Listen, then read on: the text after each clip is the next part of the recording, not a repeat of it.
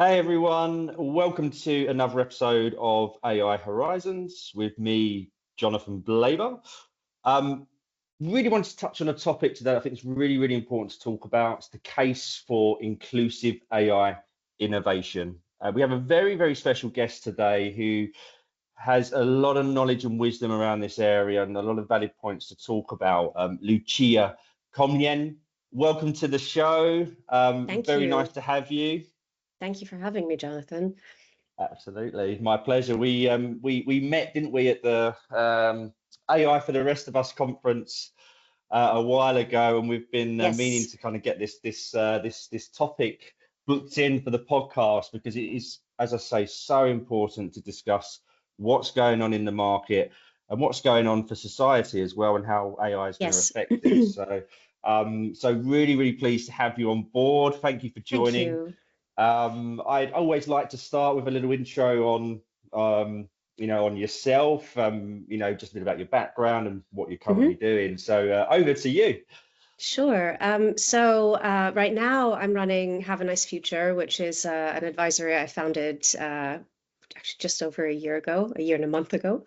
Have a Nice Future essentially does what we're here to talk about today. It practices inclusive AI innovation, i.e.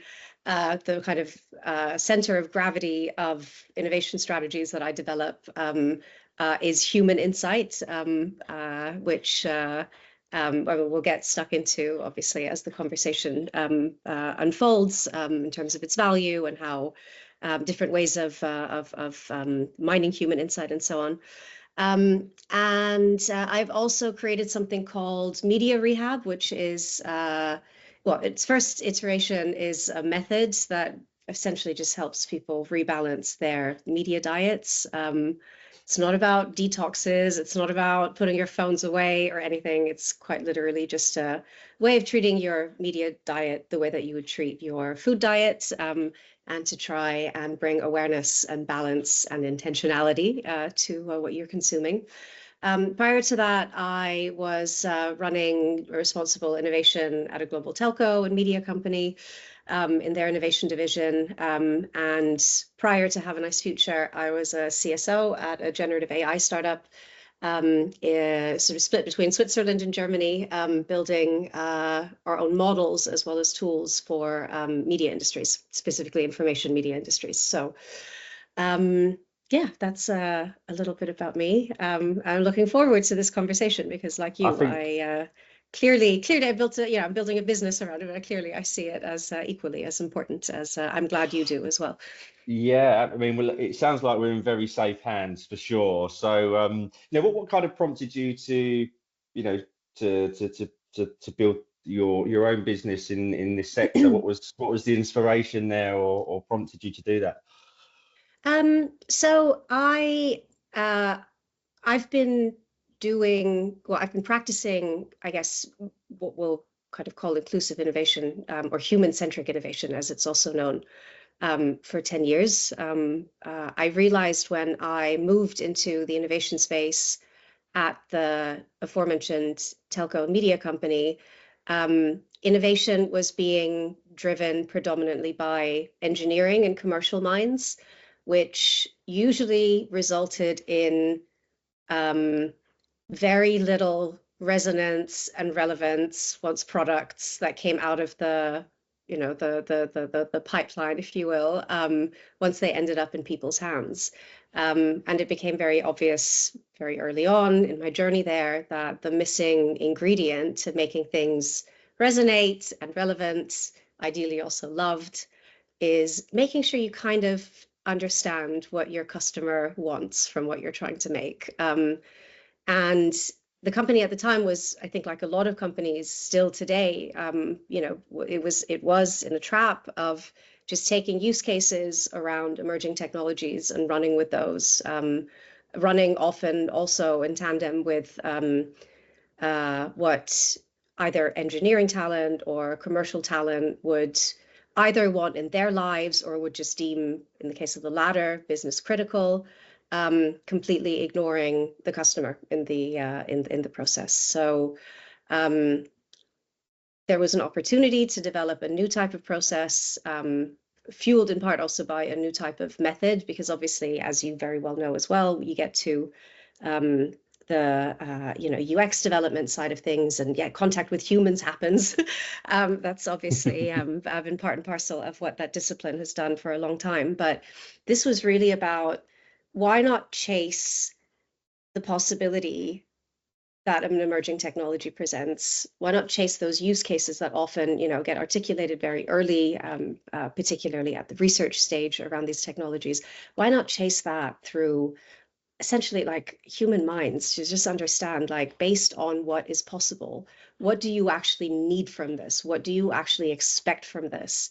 And increasingly over time, given, it was a telco, we were not just in the business of connectivity, but we're also in the business of media. Increasingly over time, also the sort of third part of that investigation had to start emphasizing and what would constitute wellness in relation to this technology coming into your life, or well-being, rather. And so I kind of took all of that. Over time, AI became various architectures or iterations of AI became part of my focus. Practically, that focus entailed just literally going out into the field and speaking to humans all over the world, starting with advanced markets where aspects of the technologies that we were investigating were already in people's lives, or at least there was a kind of cohort of early adopters that had been living with an iteration of that particular technology.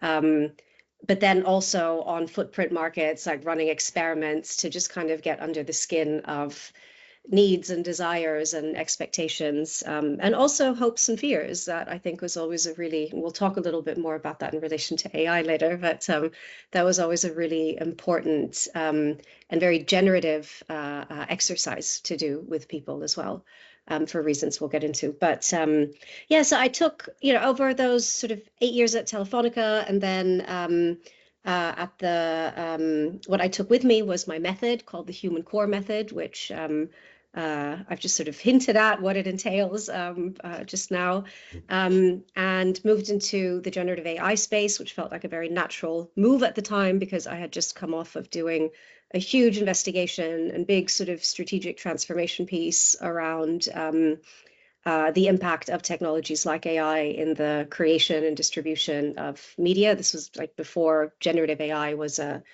was on the scene. It didn't, that language didn't even exist at the time, but there was some early signals, particularly from the creative industries, around how this technology was evolving and what it can do for media industries.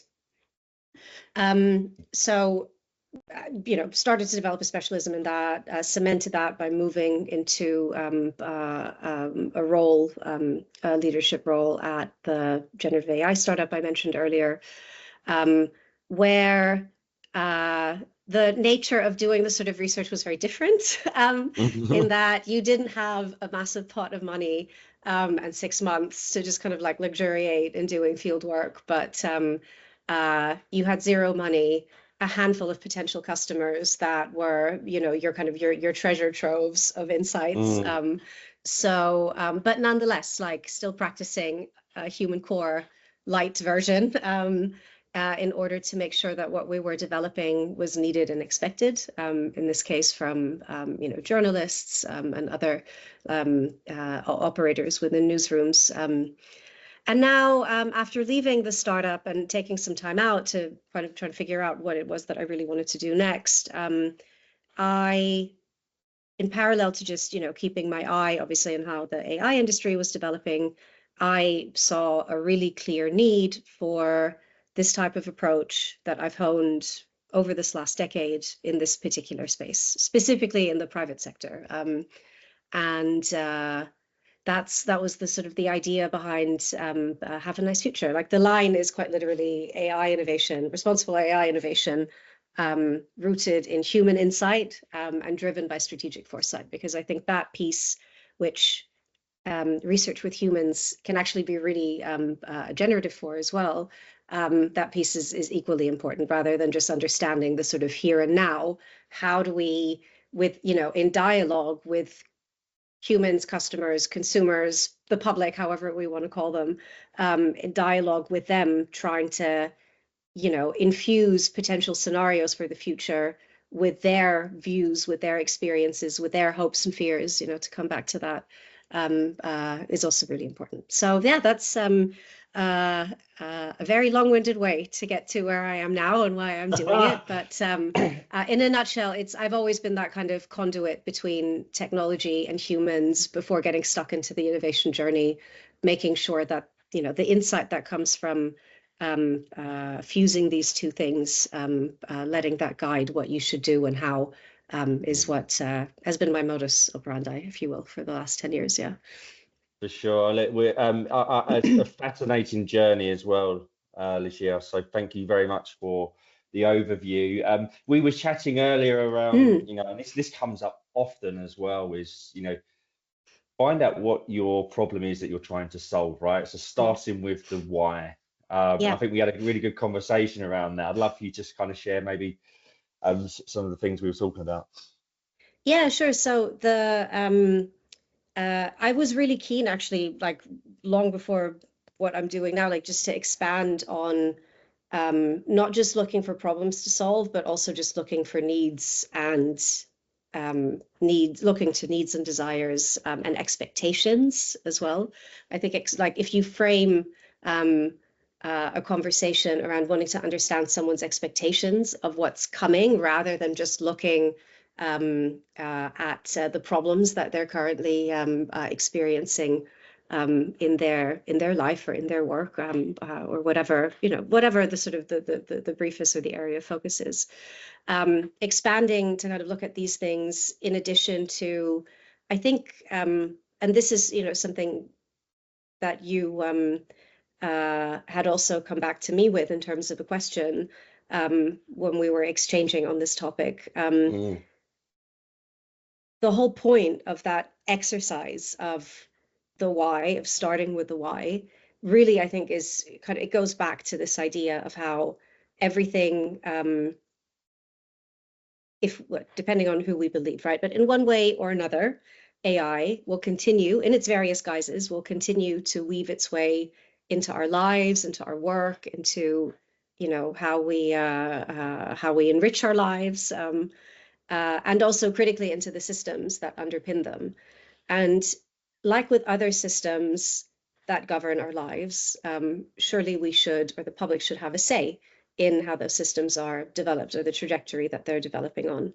And so I'd landed, I think it was actually, and I need to credit this, there's a German thinker called Jürgen Goether, who gave a talk on democratic AI at Republica in Berlin last year, and who surfaced this proverb that we then exchanged some emails over, Jonathan, which was, "What touches you should be decided by all."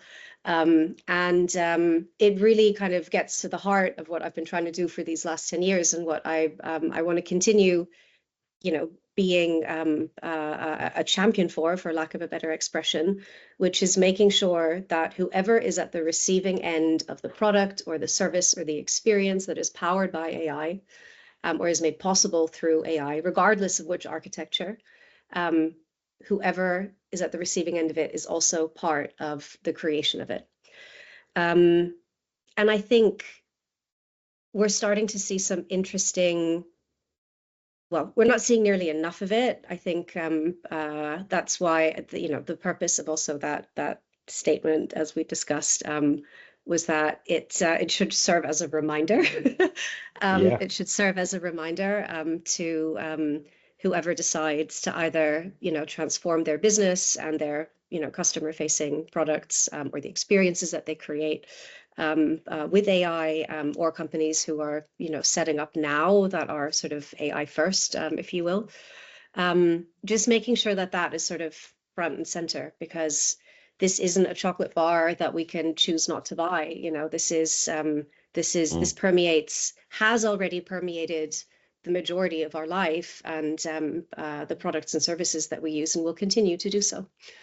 And do you feel like there's been a kind of things have been overlooked so far in terms of public involvement? how it affects us? Yeah.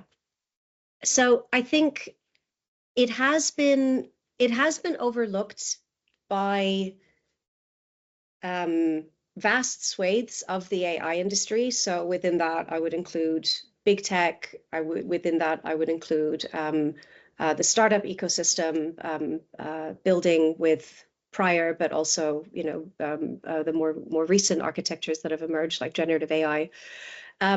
Within that industry, there have been some really promising signs of acknowledgement. So, like Anthropic, for example, together with the Collective Intelligence Project, they they consulted the public throughout the development of their language model.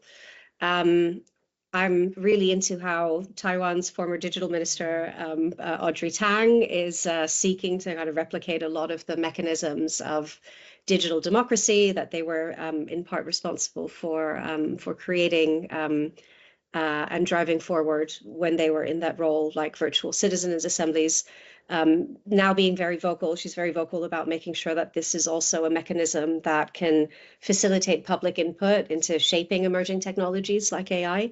Was very vocal at the summit in Paris, just gone, which obviously I'm very biased on this topic, as we've established already, but that was music to my ears.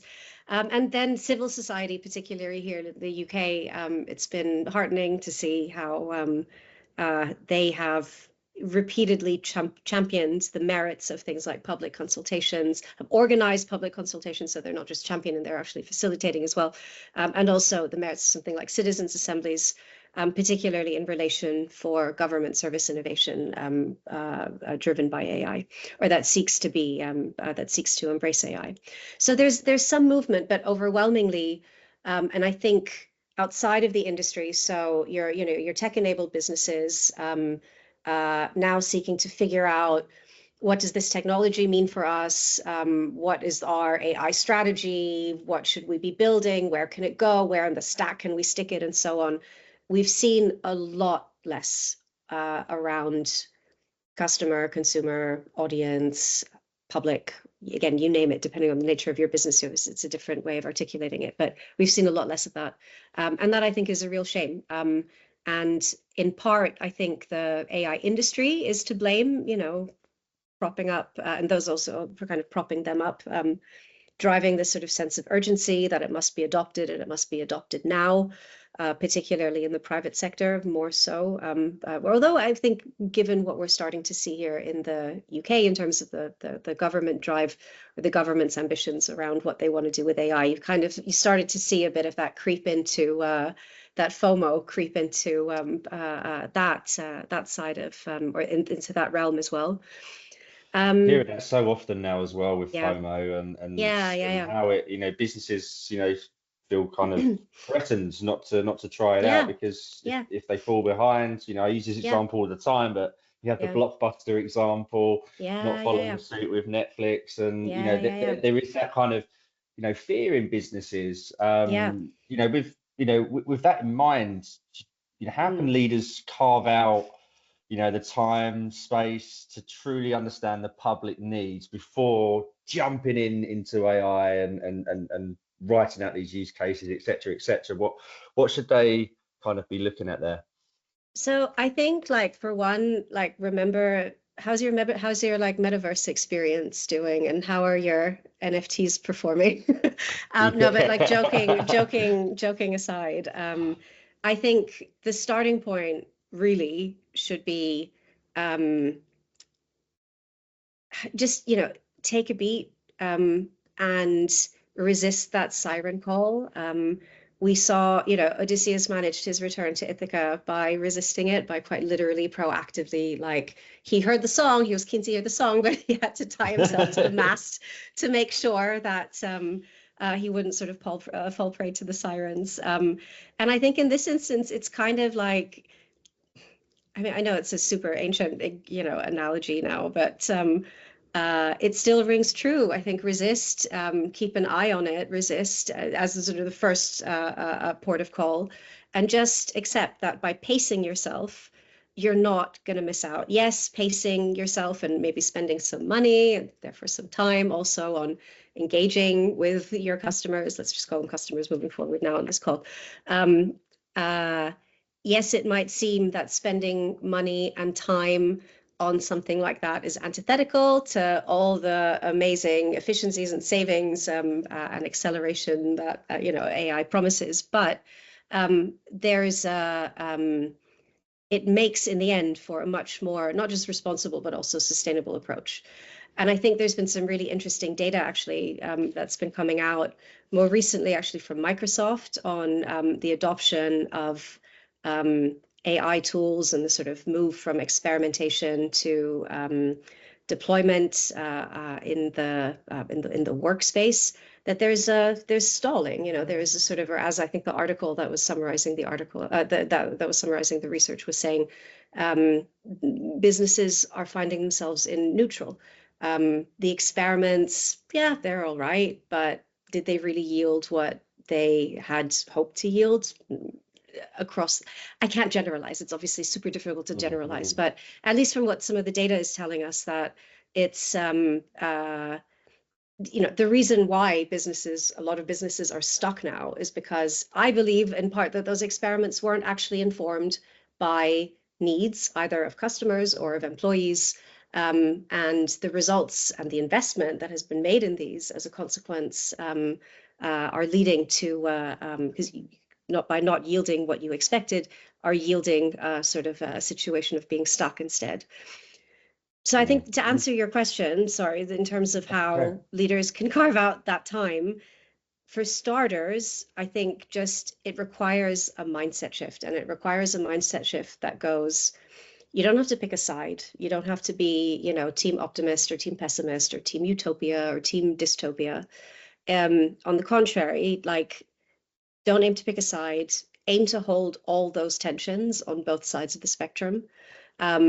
Aim, therefore, to then be somewhere in the middle between those. I always call that pragmatic idealism, where you're aware of the benefits, buy into benefits, if done right, and with the right intentions as well, obviously, but also being aware of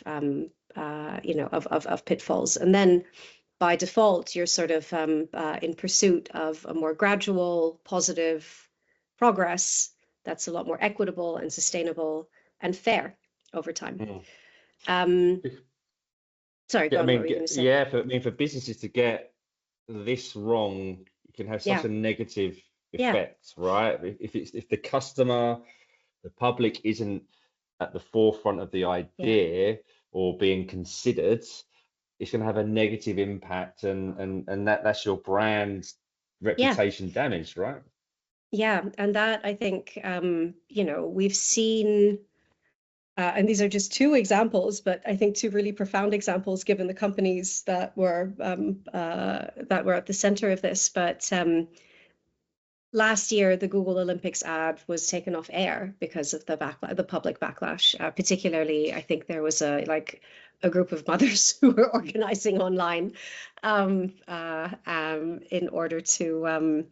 But we're sort of, then in turn leading the charge, leading the backlash of it.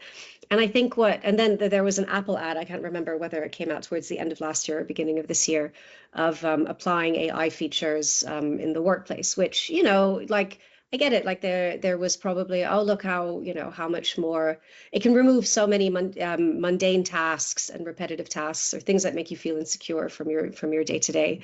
But it also experienced a significant backlash, and not as big as the backlash that the crushing all the sort of human creativity objects received a few years ago. But really good examples really good examples that just demonstrate, if you're not reading the room, i.e. if you're not taking that step back to go, okay, before we do anything with this, let's get a sense of sentiment and of attitudes and of existing behaviors. This stuff has been in market for a while now, what are people actually using it for and who's using it and whatnot.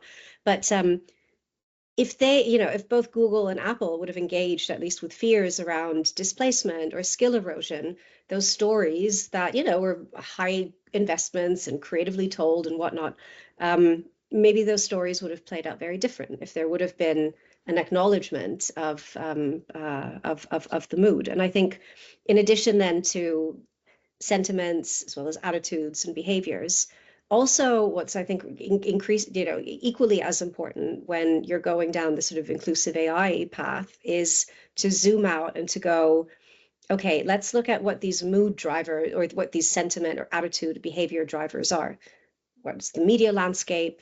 What's the media landscape talking about? What are the narratives there that are influencing people's perceptions, potentially also their adoption?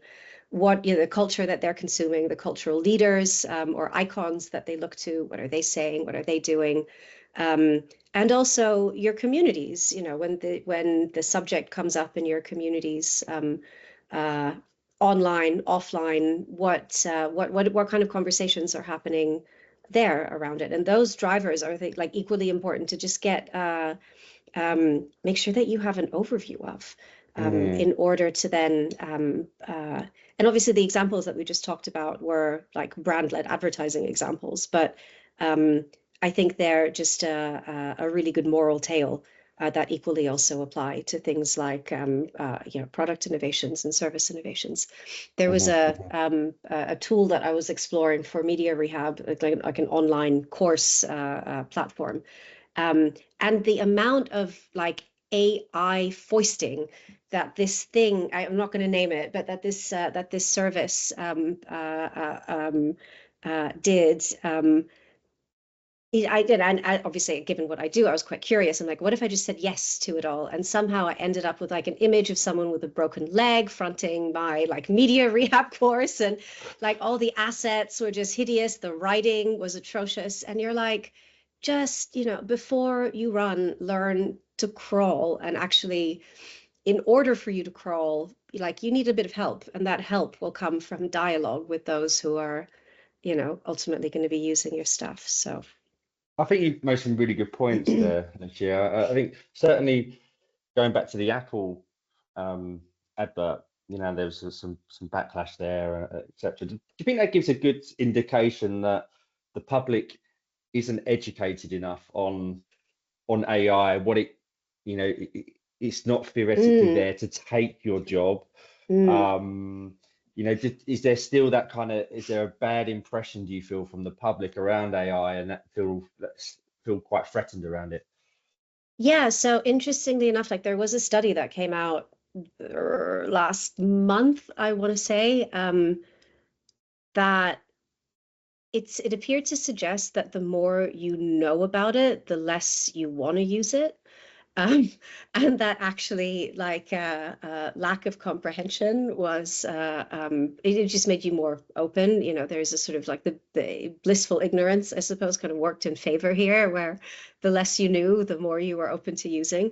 That aside, I think there in terms of the sentiment that you touched on, like what we're seeing there, I don't want to kind of throw all studies I've read into one pot, but one really interesting pattern emerged across most of the ones, particularly coming out of this last year. And that's, and I'll give one example of a question that gets asked in sort of various guises across most of these studies, which is, is AI, do you feel that AI is going to make their life better or worse or not affected at all? And we see this really interesting sort of a third split across a lot of these types of questions that get asked in these predominantly like attitudinal surveys from NGOs and think tanks and whatnot, which is a third feel, yeah, it'll make their life better, a third feel it'll make it worse, and a third have no idea. Interestingly enough, when that same question was asked, when people were asked to apply better, worse, or no idea to not just their life but the public, it will make it worse was twice as high. So in terms of their own life, it was 22%, yeah, and in terms of public, it was 42%. Some interesting figures there. Yeah, and there's, if you like, the government, actually, the Department for Science, I'm going to muddle this, the Science, Technology and Innovation. Did I get that right? Or I might have just made up a department, but either way, there's a really great quarterly tracker that Science, Innovation and Technology. There we go. I had actually written that down. A great tracker that they do, which gives you a really good read of sentiment as well. And it's a free resource. And the things that come up very frequently, and I can show you this, but no one else will obviously be able to see it. So the last word cloud that was constructed based on words mentioned, the largest word within that word cloud is scary. The second to largest is worry. On a par with worry is unsure. After that comes concern. After that comes robot. After that comes dangerous. And of course, there's, good and curious and whatnot represented in there as well, but those words are a lot smaller. And so that's, I think, like I said, like there's a lot of really good free resources that just help you as a business do that facilitate that temperature check. And also some of these are really good at then breaking down, like, well, what areas of applications, which is more recent actually, like what areas of applications do these sentiments apply to, or what are the areas of applications where it's like more permissible potentially for them to be enhanced by AI or fully automated, and where is it least permissible, and so on. And then gauging trust as well, obviously, trust levels around businesses using them, AI companies, sectors where this stuff might be applied, and so on. Like the information is there, and I think it's a really, if you're not going to invest in speaking to your own customers, at the very least, I would encourage you to look to those resources, and make sure also, point. Yeah, that their sources also, yes, of course it's important to read like a Google study on the future of work or a McKinsey report on, I don't know, a sector deep dive being affected by AI. But I think the more valuable sources are things like, which we're very, very lucky to have in our country, Ada Lovelace Institute research, the Turing Institute research. Ipsos has actually been doing some really good global research on this stuff. The Reuters Institute, together with the Oxford Institute, there's stuff out there. It's just a matter of finding them and keeping on top of them and extracting what you can. And obviously, ideally, you then also invest in your own research with your own customers to have a proper discovery, an opportunity to do some proper discovery work with them. Okay, awesome. Okay, good. Look, really, really good points you've made there, Lucia. I think what's interesting for the audience, certainly from a decision maker, leader, business owner, what should they be thinking about here? What are the implications of doing things wrong? So I think in addition to the reputational challenges that you touched on earlier, there's also just a very practical one that kind of goes back to what I was saying when I was describing the beginning of my journey at, very engineering heavy, in a very engineering heavy innovation department, which is ultimately about relevance. So you're going to risk low to no ROI and resource wastage if you're not building stuff that is fundamentally driven by an understanding of people's needs and expectations. And, you won't arrive at something that they'll want or need, let alone potentially, ideally, desire, if you're not going to get what that is. And so, and then on top of that, I think the risk of any unintended consequences as well, if you're not involving humans in your innovation process, and if you're not asking the right questions around things like hopes and fears, for example, then you risk further down the line, whatever you put into the world, having negative impacts on not just the individual using your product or your service, but also on culture and society at large, like we've seen a certain tech sector, the social media sector. We've seen how that played out, so that really should be a lesson there in terms of like just, on a practical note, why it's important to consider this. Absolutely. And, you mentioned that we've, and again, exchange of emails, we're talking about the three pillars. I don't know whether you can kind of kind of go into a little bit of detail around that for the audience. I think that's really, really interesting. Thank you. Yeah, of course. So very simply, I think, and again, like doing this type of research, you know, how long is a piece of string? It'll depend on your business need, your you know, the size of your challenge, the size of your ambition, the type of money that you can invest, and the type of time, obviously, also that you can invest in this kind of work.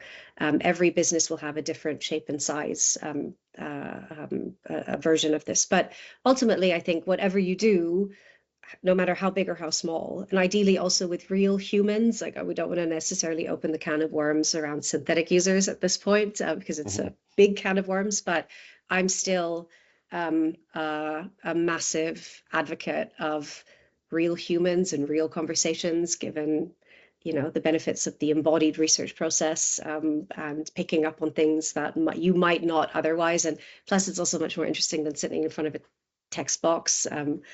Anyway, I digress. But to answer your question around the formula or the three pillars of inclusive AI innovation that I would suggest is, for starters, identifying who is your customer for this, and developing that deep understanding of their needs and expectations, and also, which again, and it kind of goes back to my stance, I suppose, on the synthetic user stuff. The empathy development is really important at that point, and it requires, you know, it requires depth and nuance and presence as well. And I think it goes, you know, there was something that Sam Altman said a while ago where he used the term median humans.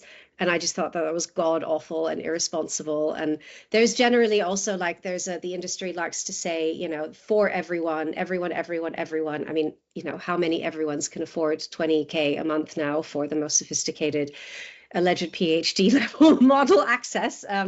But you know, it kind of, we can't be, you know, another little siren call to just think about median human and we're just building something for everyone. No, like, we're messy and complex and nuanced and very contradictory, and different types of people care about different things. And coming out of this like crazy era of the individual, like, everyone will have very, very different and nuanced and very particular ways of, you know, bringing things into their lives and using them. So getting under the skin of that is really important, and rejecting this idea of the median human. The next pillar is needs and expectations. I know I say those words a lot, but I can't stress them enough. So unearthing these to make sure that what you do is, back to what we were saying earlier, relevant, but also perceived to be of value. And then finally, this notion of exploring hopes and fears, like we also touched on earlier. Hopes and fears in relation to yourself, in relation to your community, your society, your government, your culture, the planet that you inhabit, and so on.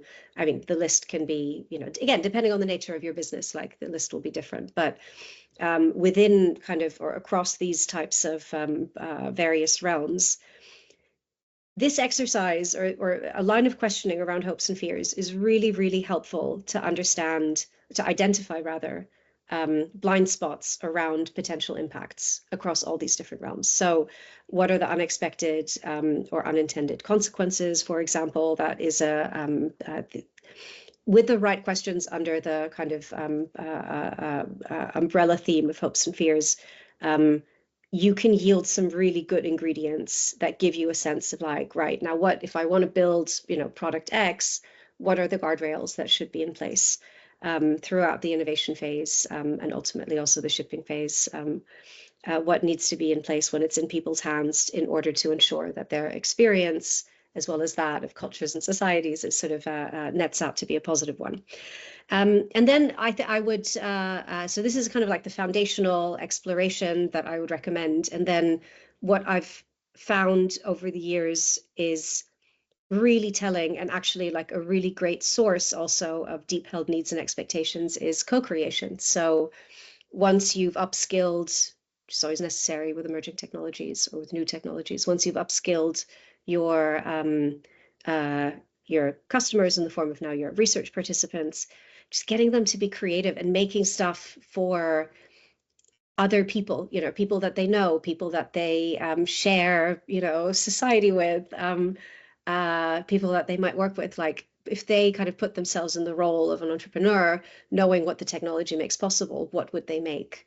And while I've never once like lifted and shifted what came back from one of these sessions, they have been treasure troves of needs. And yeah, I can, as a sort of next phase of discovery, I can highly recommend that type of approach as well. Awesome.